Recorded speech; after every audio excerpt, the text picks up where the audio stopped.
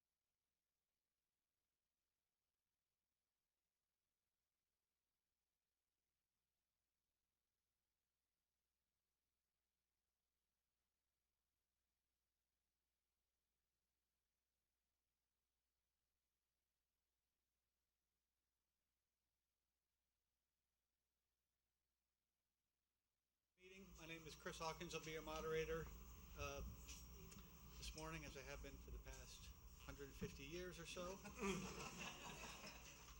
And our first order of business, as always, is the Pledge of Allegiance.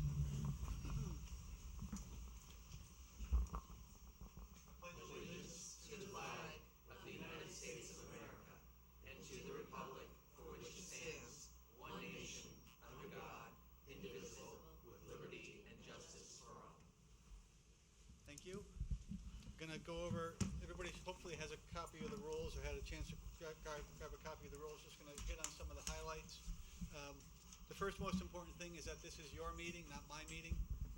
So if I make a ruling or on a point of order or you want to change the procedure under which we operate, you have that discretion as the voters of the district. I see we have some people who have already segregated themselves. If you're not a resident of town, I just ask that you sit in the area in the back just so we can clearly identify who is and who isn't a resident. That's very helpful. The warrant as presented is going to go forward onto the ballot unless it is amended this morning. So we don't need it. We don't need motions to bring an article forward. The articles will go to the ballot as presented unless they are amended here this morning. If you would like to speak to an article, obviously more than welcome to do so. Please come up to the microphone, say your name and your address just so we can confirm that you're a town resident. people can speak more than once to an article if they care to, but we just ask that everyone who wants to speak has a chance to do so at least once before anybody is allowed to do so twice. Only one motion at a time on the floor, so if there's a motion to amend, we're going to take up the motion to amend, deal with it, and then move. If there's another motion to amend, we'll take that up separately. Other than that, we've found in the past those basic rules are enough to get us through the vast bulk of the meeting, so I won't go through the rest of them at this time. How we're going to open the meeting this morning is going to ask the superintendent to make a presentation on both the budget article and the teacher contract article, so everybody can be armed with all that information as we move forward to deliberate on the specific articles. But before I even do that, I need a motion to permit the superintendent, who's not a resident of the town, and any other school district employee to address the meeting. So moved. Second. Okay, so that's Kim Shelton and Elizabeth McKinney. And I have to do that because there's a new statute out this year that any motions, we have to identify the person in the minutes who made the motion and the person who seconded it. So that's something else to bear in mind. So with no further ado, Superintendent? All right. I'm going to grab this microphone because I can't sit and be able to see. So hopefully you all can hear me. I won't read through the mission statement, but I want to share with you the school district mission statement. Our operating budget is proposed to increase $380,846, or an increase of 1.91%. Whoa. All right. We're going to move fast, apparently. Reviewing these are the guidelines that the school board established this year for the operating budget. I don't want to stand in your way either.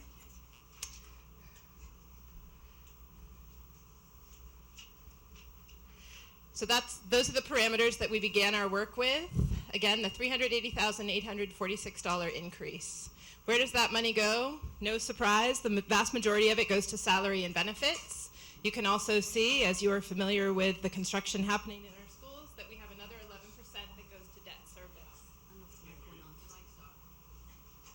It's on, but the battery's not working. The light's on.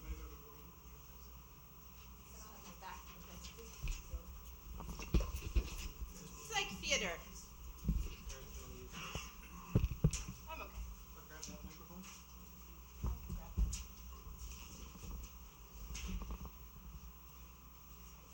Try this. Test one.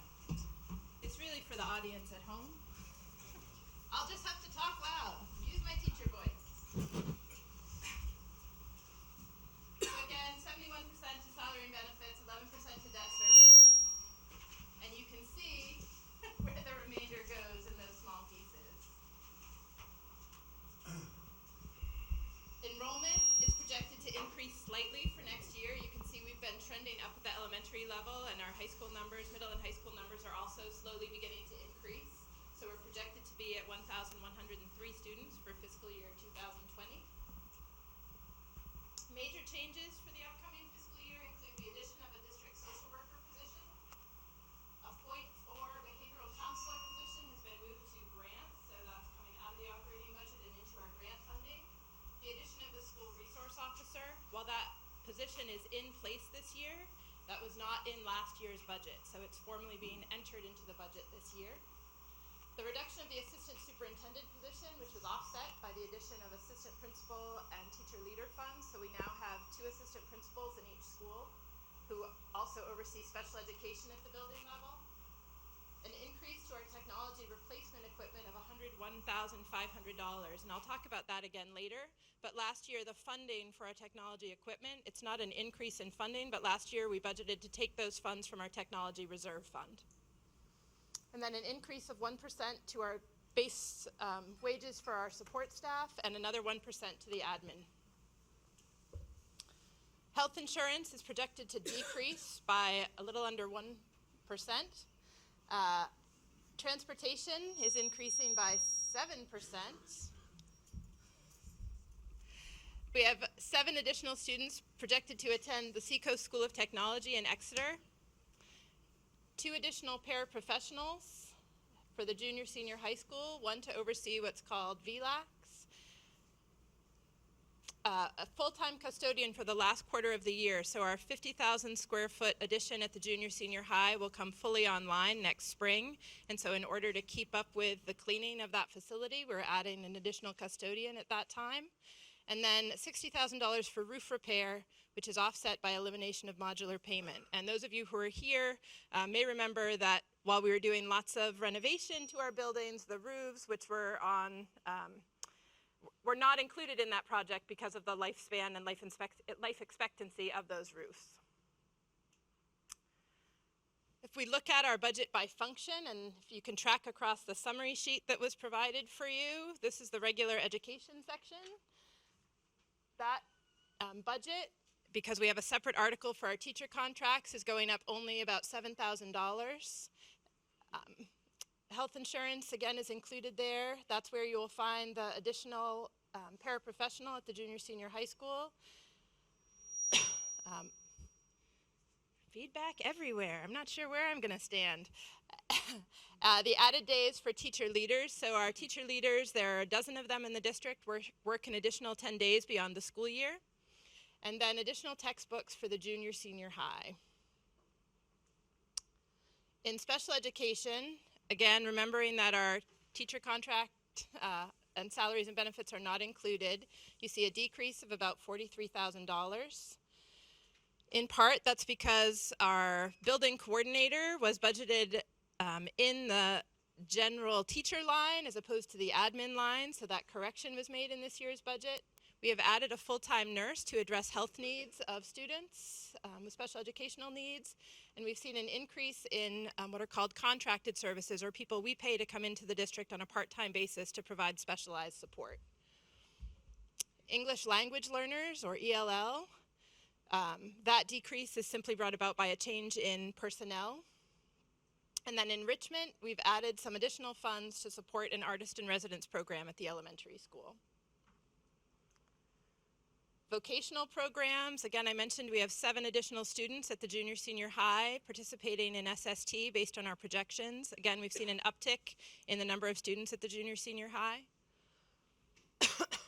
And then our co-curricular programs, we've added some support for our robotics teams at both schools, as well as within athletics, cross country, which had not previously been included in the budget, and the addition of a spirit team, which has been a club team for a couple of years.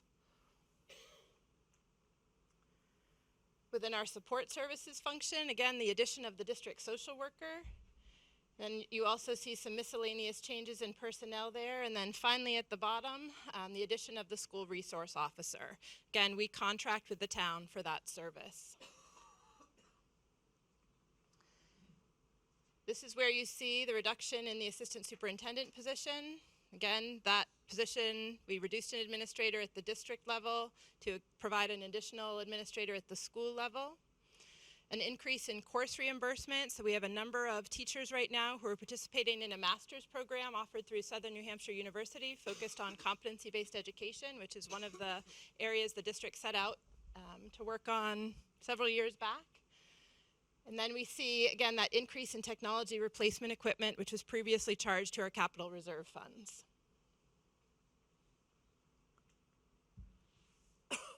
At the district level, the line says reduction in teacher severance payments. That simply means we have fewer people projected to retire at this point in the upcoming year. So we have a savings per se. Realignment of, again, this is the other half of that building coordinator assistant principal position that was the assistant superintendent, and then some miscellaneous changes in employee benefit selections. And finally, at the school level, you see that additional assistant principal. So the net gains and losses spread out across a couple different places in our budget, but it's a flat change. Salary increases for our support staff are shown here. And then the elimination of the department chair stipends, which have been rolled into those teacher leader days. Within our facilities and buildings and grounds budget, you see the additional custodian in the spring, and that's where we've projected $60,000 to replace the roof at the junior senior high. And we're no longer paying for modulars starting next year. They'll be gone. Knock on some wood.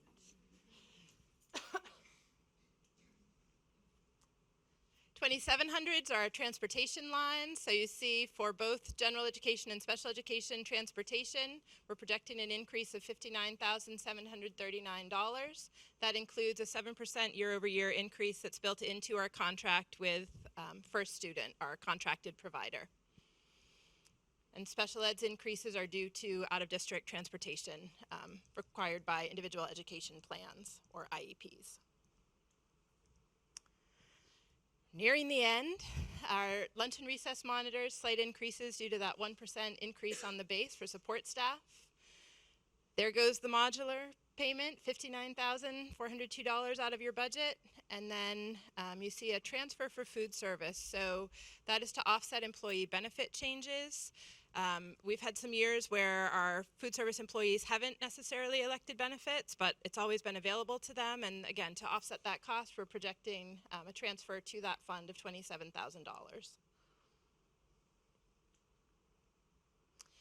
Slight changes in your principal and interest for the bond. Food service in and of itself is self-funding, so a zero change there. And then our grants, the federal government and state introduced a Title IV fund to support essentially STEM and robotics. There's a little bit of a wellness component, but we're projecting an additional $19,000 in revenue to the district for those areas. Again, in summary, budget is projected to increase $380,846 or 1.91% over the current year. That's our revenue summary. You can see our expenditures at the top, the additional $19,000 of appropriation, and at the bottom is what's coming to Newmarket.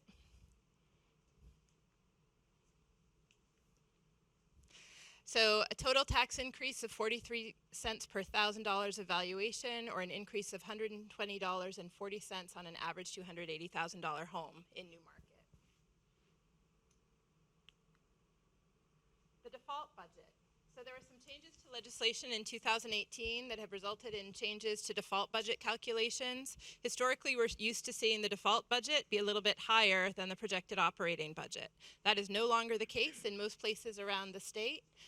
Particularly because of this contract area. So unless voters have explicitly approved a contract, in other words, you as a body have voted on the ballot to approve our contracts with, for example, our transportation provider, which is not something that typically makes it to a ballot. That's something your school board usually takes care of. We can include those increases in our default budget calculations. So that has resulted in a default budget that does not include technology replacement equipment, roof repairs, the school resource officer position, part-year custodian, the benefits cost for food service, salary increases for your administrators and support staff, or those contracted transportation increases. So you will see a default budget that is lower than the current or the projected operating budget, and that's why, and that's what's missing from that budget. We'll move on to the teacher contract. Perhaps. So the proposed collective bargaining agreement is for 3 years. It includes a 4% increase to the base salary scale for each of those 3 years. And it also includes a move to consumer-driven, as they're called, healthcare plans, which under our healthcare provider are known as the yellow and orange plans. In the first year, that's a $200,000 net savings, and those healthcare savings are distributed to employees in the first year of the bargaining agreement. And in the following years, those savings revert to the district.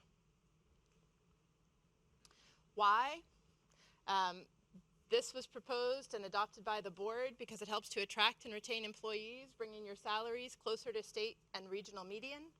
It reduces your current and future healthcare costs. And it provides the ability to move to an hours-based school calendar in future years, hopefully eliminating some of those snow day makeups and extending the calendar further and further, or closer and closer, I should say, to July 1st. These are starting teacher salaries statewide, well, actually region-wide. You can see on the far left slide, there's Newmarket coming in at just under $34,000. You can see the state average is about $36,500. If you look at our surrounding districts, you can see that Newmarket falls sort of 7th from last in our region. With the proposed agreement, Newmarket's starting salaries would move up. And again, this is based on those same 17-18 salaries. So you've got to remember that we're talking about 2 years beyond that, but that data is not yet available. But these other districts also have increases happening at the same time to their collective bargaining agreements and their teacher scales. But based on the available data, we would move up to just above that $38,000 line, which you can see moves us a little bit closer to the middle. We'd fall in right after what I believe is Newfields, and just above Epping. Again, based on salaries from 2017-18, so a couple of years earlier. Why does that gap in salaries matter? 42% of our teaching staff at the junior senior high has turned over in the last 5 years. That is above state and regional averages. It means that our junior senior high school, which in some ways is a good thing, serves as a training ground for new teachers. The problem is that many of those new teachers leave after 3 years and move on to other places where the salaries are a bit more attractive. Competition for hiring is steep. That means that we are often behind the curve in the springtime in trying to recruit and hire teachers, and we are sometimes filling positions in late August. It is in every summer that I've been here, we have lost teachers who've had job offers from other districts with higher salaries. It also results for us in increased costs for training and mentoring, additional administrative time spent on supervision and evaluation. Every observation, formal observation process for a teacher takes about 6 hours, and we have to do 3 times as many for our new teachers as we do for our tenured teachers. It's not that that's not part of our work, but it really does extend the time that administrators are spending on that process. Our students receive instruction from really hardworking teachers who are still developing proficiency in their craft. So, most teachers in their first 3 years are growing and are great and are energetic and are working really hard, but they're not yet at the top of their game, right? They're still growing and learning. And overall, it has an impact to our program and our continuity of curriculum. Every year, teachers are relearning what's being taught and the expectations. Costs. So in year 1, it's an additional $479,388 to the community. You can see the year 2 and 3 costs. Again, those are projected based on current staffing levels. And you can see in each of year 2 and 3, there's a savings of $202, again, based on current staffing levels and current healthcare elections, a projected savings of $202,000 that will come back to the district in the healthcare lines. The tax impact of this proposed collective bargaining agreement, 63 cents per $1,000 of valuation, or a total of $176.40 on the $280,000 average home. That's it, Mr. Moderator. Let me give you back your microphone. Thank you.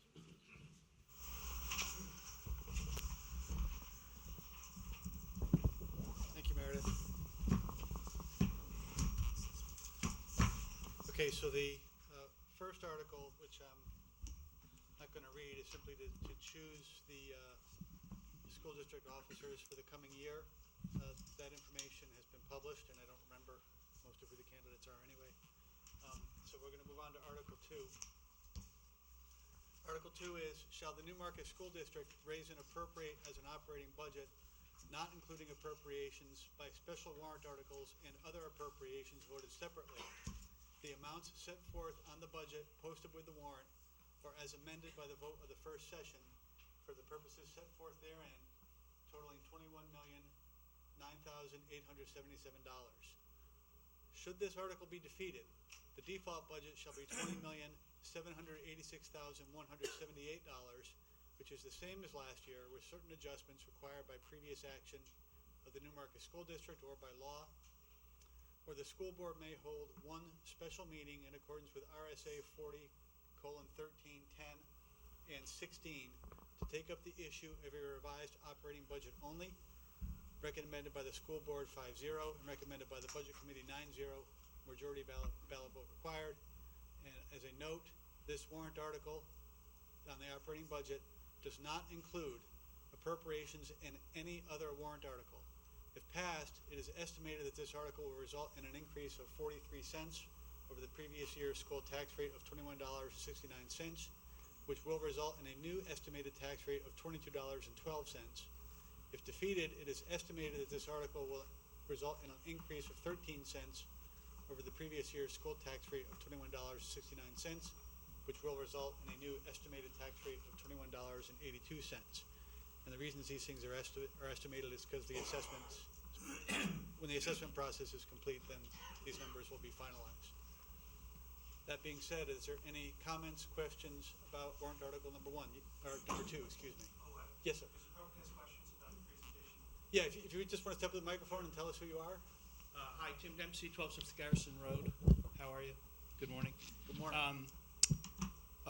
I have one question, which is, there was specific data about how Newmarket compares at starting salary level.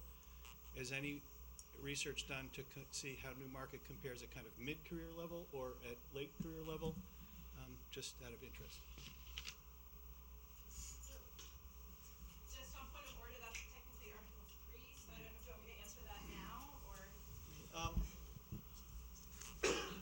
Why don't you just go ahead and answer it now? It does relate to Article 3, but we'll just take them as they come, I guess. Sure. So thank you for the question.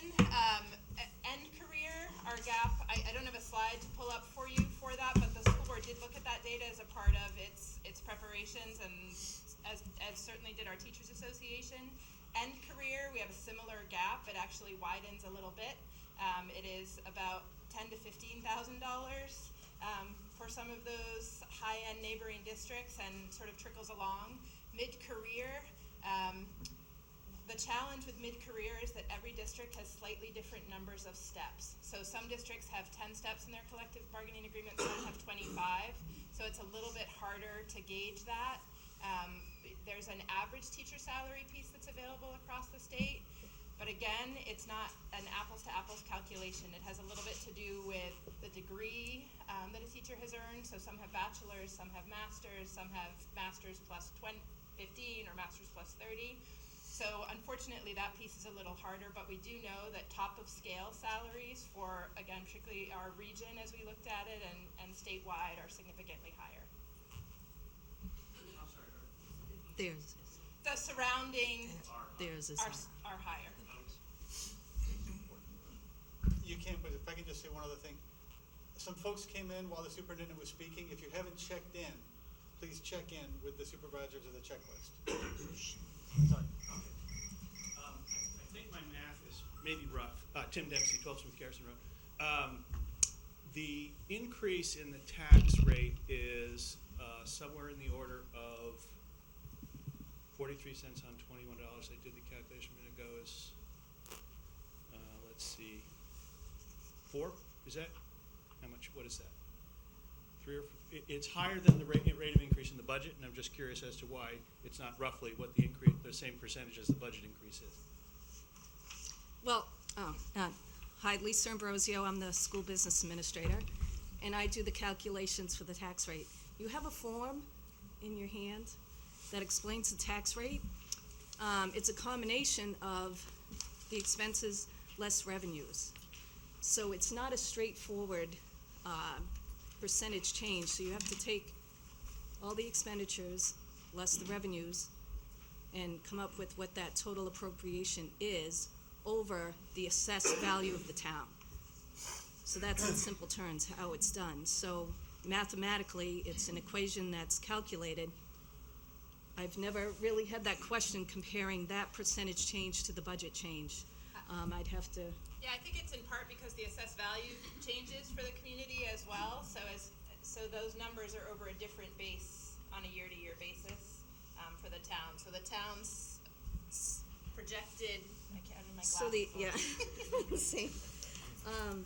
Let's see. So the net assessed value went up $325,000.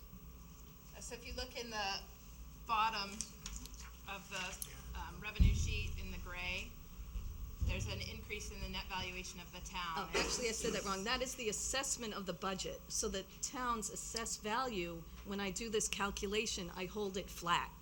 So what the current assessed value is 757,360. So that number I hold flat from year to year. So the previous tax rate was calculated on an assessed value of $775,360,000. See at the very bottom of the column, second to the last row. So mathematically, we take the budget, so the budget has a few $100,000 increase, and we look at revenues. If your revenues are flat and the assessed value stays flat, there's going to be an uptick in that rate. Now, when values get set later on, that estimated number can change.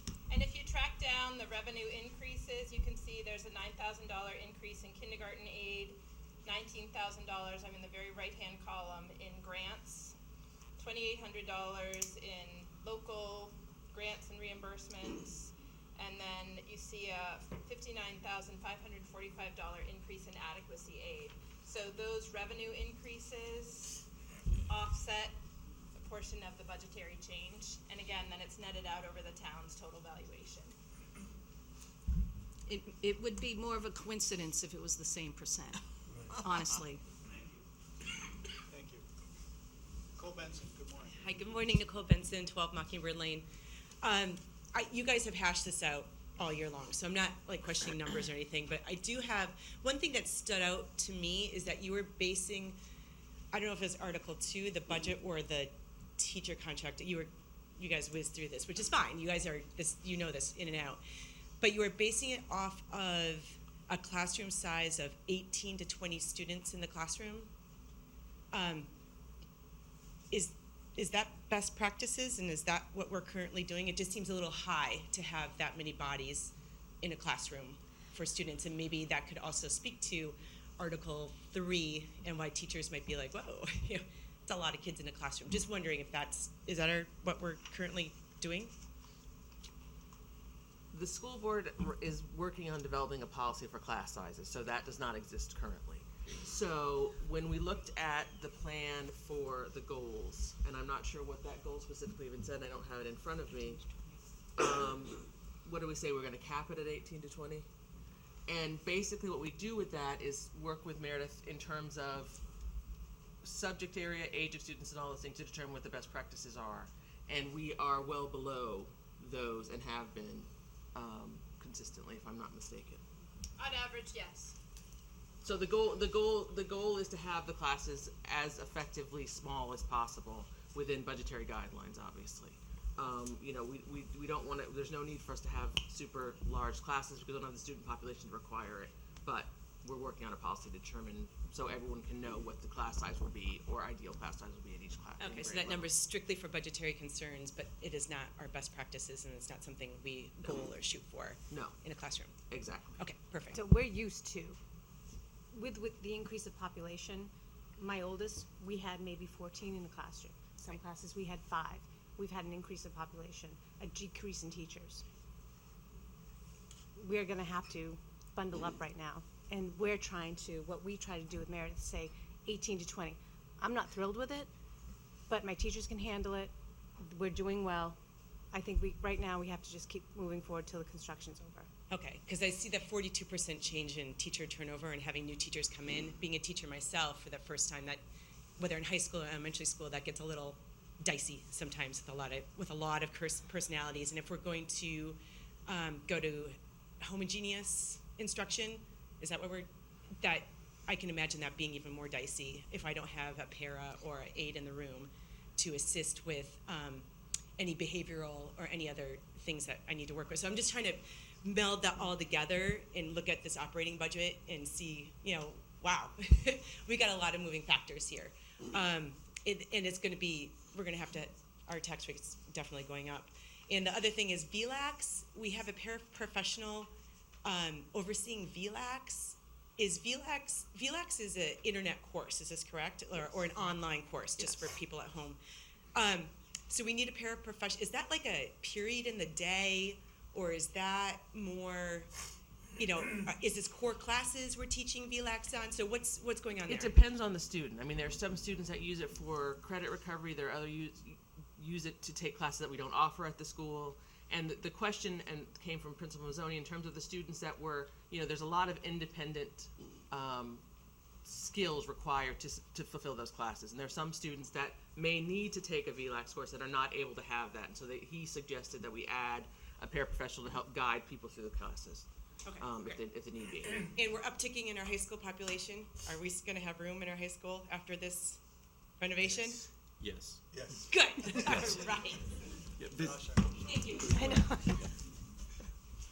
Cahill, good morning. Yes, good morning. Michael Cahill, Ash Swamp Road. I just wanted to make a comment about the mid-career and end-of-career teachers. We're fortunate here in Newmarket. We've had some wonderful teachers who spent their careers with us. Several of them lived in town, so they had both ends of the experience. And if you had, a kid who went to school, they can probably tell you who those teachers were. And those teachers got their education at a time when tuitions were substantially lower than they are today. So I would argue that it's the investment we have to make to hire and keep teachers who are good and effective teachers for our students. Thanks. Thank you, Mr. Cahill. There are statutory class size maximums, are there? Yes. Just what are the statutory limits? 25 through grade 5 and 30 beyond that. And there are some exceptions for larger classes like physical education, music, band, for example. This will be helpful to put the 18 to 20 into context. Yes. Thank you. Yeah, and state averages are above that. Any other comments, questions, motions with respect to Article 2, or on Article 2? Seeing nothing. Oh, okay.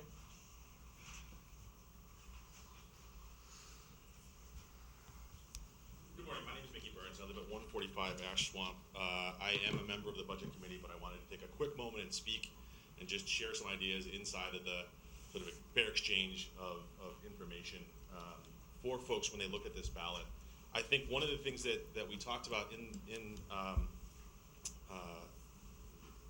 Superintendent Nadeau's presentation, I think on slide 29, if folks at home are looking at this, is the difference between the proposed budget and the default budget that appears inside of the warrant article language. And I have been around the Budget Committee about 5 years and in town for a few more than that. This is the first time that flip-flop has happened, where the proposed budget is more than the default budget. And I just want to sort of speak to folks at home and folks in the audience and explain that is not because the school board and the Budget Committee have somehow changed how we're doing things and lost our minds and want to sort of spend a lot more money than normal. It is because of guidelines that the state has put down on how you calculate the default budget. And so there are things, Superintendent Nadeau mentioned that the bus contract is one of those items that has been pulled from the default budget, and that's why that number was dropped. So my request is that I worry that people go into the booth on voting day, they sort of make some quick snap judgments because they're not as informed as we would like them to be, and they just look at the numbers and decide that they're going to pick the lowest one. That would be a mistake for the town, because it would put undue pressures on the kind of programs that we have this year that we would have to adjust and find a way to fund for next year. So the request here is anybody watching at home or anybody here in the audience is to help us advocate for what is the truth, because I want people to make an informed decision on voting day and let them know that these are they are changes, and those changes are important to understand because they are guidelines for how we calculate default and proposed budget. They're not sort of a flip-flop in how we're doing it this year. So just wanted to make sure that folks understand how those numbers on the ballot came about. And be our advocates. If you hear on social media, if you hear your friends talking in the coffee shop, point out that these are changes for how we have been asked to calculate the default budget. And we really are proposing an adequate, lean budget for next year. Thanks, everybody. Thank you. Any further comment, discussion, any motions at all with respect to Article 2? Speak now.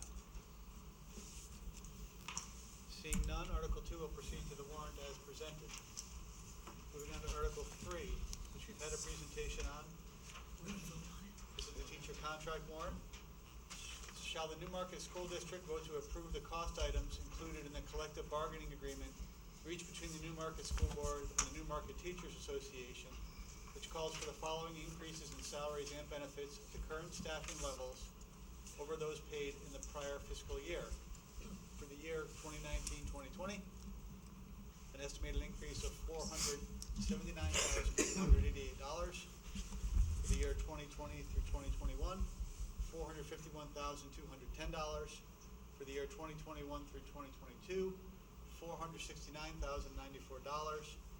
And further, to raise and appropriate the sum of $479,288 for the upcoming fiscal year, such sum representing the additional costs attributable to the increase in salaries and benefits over those of the appropriation at current staffing levels.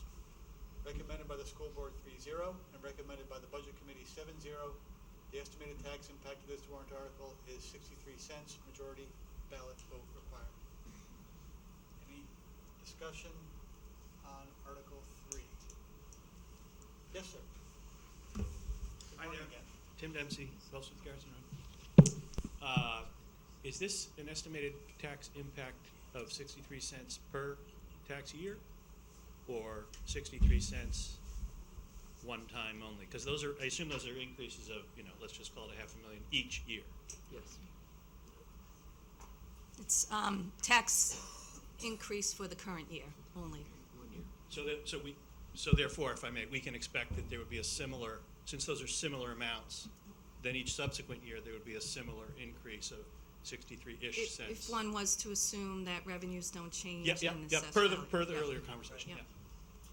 It's very difficult to project out because assessments change from year to year. Well, it will slightly decrease because the number lowers. It won't be the same, with everything the same. So if we were to do the math based on the current information, it would slightly decrease. Because you're going from 479, 288 to 451. Yes, ma'am, good morning. Good morning, Ann Ellis, 8 Wigan Drive. Proud parent of a student of class of Newmarket High School, class of 2025 and 2028. I want to applaud the school board and Superintendent Nadeau for putting forward this new contract for the teachers to the voters. I think it's always difficult when the teacher's contract is separate from the operating, because I think that everybody supports what happens in our schools, but people see these numbers and I think sometimes worry.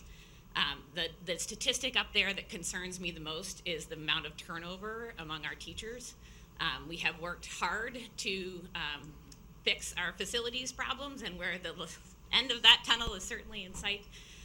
But we need to be equally concerned and perhaps more concerned about retaining and training quality teachers in this district. And I truly believe that the quality of our schools starts and ends with our educational staff, and I hope that the town supports this with everything we've got, because our teachers certainly deserve to, we want to keep our best teachers. In order to do that, we have to pay them competitively. Thank you. Thank you. Any further comment?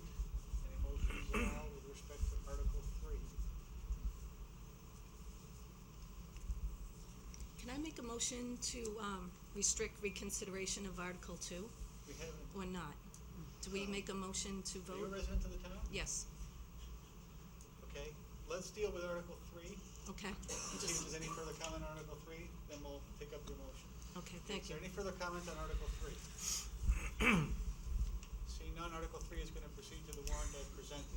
And at this time, we'll take up a motion to restrict reconsideration of Article 2. Is there a second on the motion to restrict reconsideration of Article 2? It's not. Oh,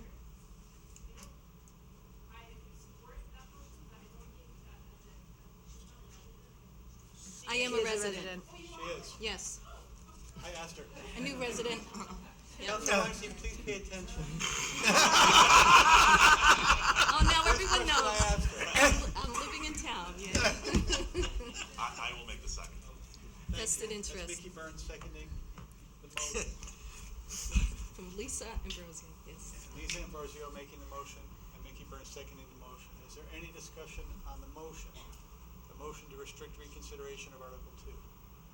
Seeing none, all those in favor of restricting reconsideration of Article 2, please signify by saying aye. Aye. All those opposed? The ayes have it. Thank you. So, and we've already said Article 3 is going to the warrant as presented. Moving on to Article 4. Shall the Newmarket School District, if Article 3 is defeated, authorize the governing body to call one special meeting at its option to address Article 3 cost items only? Recommended by the school board 3-0. Majority ballot vote required. Any discussion of Article 4? Any questions about Article 4? Yes, sir. Mr. Driscoll. Dempsey, sorry. You knew it was a D. What does this mean? Good question. This is what, we've all been talking about this with the budget committee and what this means for our district. The long story short is anything that was on last year's budget is on the default budget. Any contracted services can go and this is where Meredith will step in, IEPs, things like that will go on it. But we're, in a nutshell, it's basically whatever was on last year can't be will be on this year's. But we can't have any added things. Bus contract, security officer at the school. And the other one I forgot is fuel contracts. Is that included in the default or not included? Increases to fuel contracts was not. So I think Ms. McKinney's describing the default budget. I think your question is specifically to Article 4. And Article 4 means that if the teacher's contract is not approved by voters, that there can be a special meeting of the town to come together to make a determination about whether or not it moves forward a different article, has another special vote, addresses that challenge, because it would present a challenge to the labor force of the school community. Because at that point, the teachers would have no contract. There would be no contract. So then there has to be a special meeting to decide what to do now, in a nutshell. Yes, Mr. Iorio, if you can step up, if you don't mind. What I want to say is that I can hardly hear you. Oh, I'm sorry. Your mic isn't working. Oh, normally I don't have this problem. What I said briefly was, if Article 3 fails, Article 4 says there can be a special meeting of the school district, No. to decide what to do now, because the teachers will be working without a contract. And so there needs to be a lot of thought given about what to do in that situation, in a nutshell. Is that, okay? Thank you. Joanne Lazarus, 170 Exeter Road. Actually, it's in our teacher contract that we would default to our previous contract. Okay. So, but nothing else would move forward, which means we wouldn't have the savings from us switching our health insurance plan, Right. which is what we voted on doing. So, I just have a quick question. On Article 2 and Article 2, 5 members of the school board voted, and Articles 3 and 4, or 2, 3, I've lost track of the numbers. 3 and 4, only 3 members voted. Board member absences. They were absent. Okay. That's all. Quick and easy. Okay. Any further discussion on Article 4? We're still on Article 4, I believe. Seeing none, Article 4 is going to proceed to the warrant to the ballot, to the warrant as presented, to the ballot as presented. Okay, and Article 5 is to transact any business which may legally come before the meeting at this time. Seeing none. The warrant is going to proceed to the ballot in its entirety as presented. And at this point, I think I'll entertain a motion to adjourn. So moved. Second. You can identify yourself. Dan Smith, Lady Slipper Drive. Thanks, Dan. Shelton, Kim 12. Shelton, second again. All those in favor, please signify by saying aye. Aye. All those opposed? The ayes have it. Thank you very much. If you're going to stay for the town meeting, and I hope you do, you need to check in again. Separate governing body. 4 pertains to 3. Don't worry about it. You're good. You enjoyed the school district meeting. No. Love the town meeting. No, we're done.